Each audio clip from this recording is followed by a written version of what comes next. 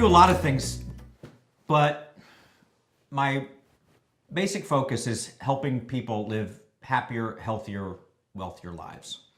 Usually I do that through solving problems related to financial issues, whether that's growing their business, helping them with their retirement, maybe it's helping them figure out college funding plans. We do a lot of comprehensive financial planning since that's what most people seem to be lacking. I got into this business through a fairly interesting path. After college, I spent about 10 years running nonprofit organizations. I was the executive director, communications, development director. I served on some boards. I worked with a lot of children and families, recent immigrant kids. And what I saw was that most of their problems came from not having enough money. At the time, I was working on education and did some counseling and recreation and different kinds of educational programs. But everything always sort of circulated back to family pressures about money. About 10 years into my career, I became a business consultant, essentially. I started helping a lot of business owners figure out how to earn more money more easily, thinking that that would help solve some of their problems. And just in the last few years, as I've worked with more and more companies, I've started to notice that they need a much greater level of comprehensive financial planning. It's not enough to, buy the right real estate investment. It's not enough to make more income on your products and services. It's not enough to have the right kind of insurance or the right kind of retirement plan. You really need to look at all of those things in context together.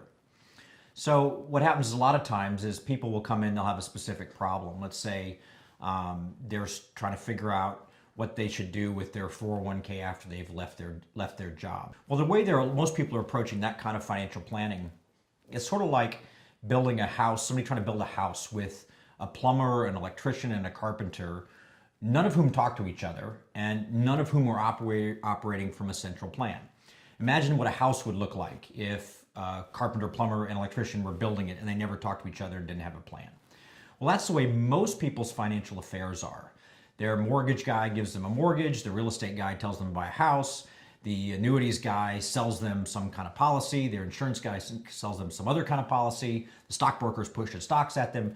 Nobody looks at their entire financial picture and says, what do you really need to get where you want to be in life? And how do these things interrelate? If we compromise here, do we need to compromise here to get something more in this area? In that sense, we're even pretty unusual group of financial advisors. If their priority, when we look at their whole picture, is spending more money to buy a house in a better neighborhood so their kids can go to a better school rather than buying some annuity or insurance, then we tell them to do that. If, though, they need to cut back on their lifestyle spending a little bit or approach their tax situation differently in order to have more money during retirement when they really need it, we'll advise them to do that. Overall, we help educate people. And I always say we're not typical insurance or financial agents or salespeople. What we really are is researchers. We're educators, and we're planners. It's no good to have a plan if the people who you're working with haven't been educated. It's no good educating them if you're educating them on the wrong stuff because you haven't done the right kind of research to find out what's really going on.